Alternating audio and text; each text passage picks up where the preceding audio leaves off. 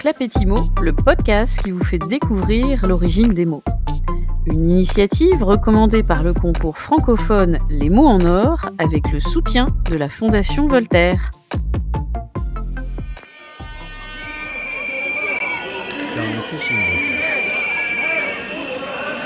Ah, les grèves.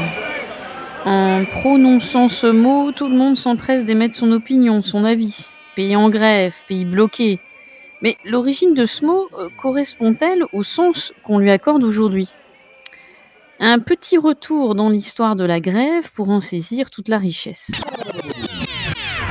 Le mot grève, G-R-E accent grave V-E, a une origine bien étonnante, loin du sens d'aujourd'hui qui suscite polémique et discussion, comme vous allez le découvrir.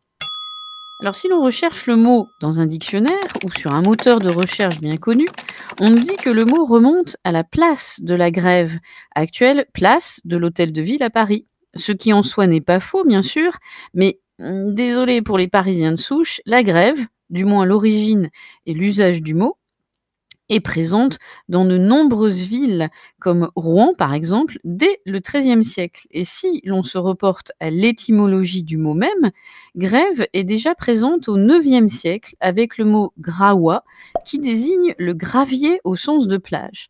La grève désigne alors un espace, une étendue graveleuse, caillouteuse, sableuse. Et par la suite, cette étendue devient alors un lieu stratégique, en ce sens qu'elle devient la place où les villageois, les citadins, échangent et surtout commercent. Alors, revenons à Paris. Au Moyen-Âge, de nombreux bateaux viennent débarquer leurs marchandises.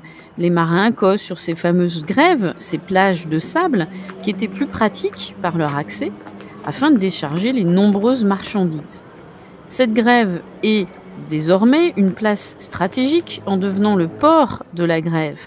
Et rapidement, jouxtant ce port, va être construit un grand marché, celui de la place de la grève.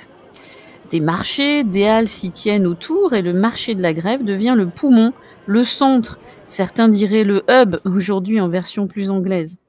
Alors à cet instant, de nombreux hommes viennent alors sur la grève pour proposer leurs bras. Faire grève ou être en grève signifie donc être à la recherche d'un emploi, prendre la route pour marcher jusqu'à la ville d'embauche. Et puis, au gré des siècles, la grève, demeurant toujours le lieu des agitations commerciales, devient l'endroit qui se dote d'une activité beaucoup moins glorieuse que celle que nous évoquions à l'instant. La place de la grève devient alors le haut lieu des exécutions sous l'Ancien Régime. Sur la grève, on est alors roué de coups, pendu ou pire, exécuté. Et cela à Paris comme dans toutes les autres villes, jusqu'à ce qu'à l'époque de la Révolution, la grève devienne le lieu emblématique des exécutions par l'intermédiaire de l'invention du fameux monsieur Joseph Ignace Guillotin. La grève de Paris a alors le privilège d'accueillir ce nouvel objet, à lui seul le symbole des périodes sanglantes de la Révolution française. D'un lieu où l'agitation commerciale est de mise, la grève devient alors le lieu de toutes les tortures.